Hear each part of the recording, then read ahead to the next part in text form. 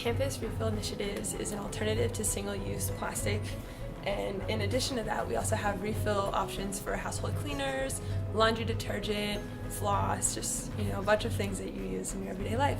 We have some great hygiene products available. We have a bamboo toothbrush to eliminate all the plastic toothbrush that we go throughout the year, and we also have this great silk floss, and it's refillable, so you could just buy the original and buy the refills.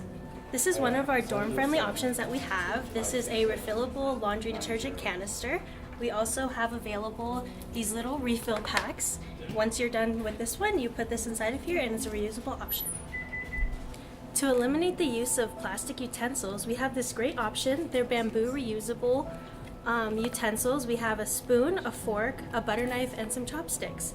The great thing about these is you can carry them on the go. We're just bringing, more awareness of recycling, sustainability, reusing things. We want to ultimately get rid of single-use plastic. That's why we have, snack bags that you can reuse, as well as utensils, so you don't have to go through a bunch of plastic ones when you eat out. Instead, you can just bring your own.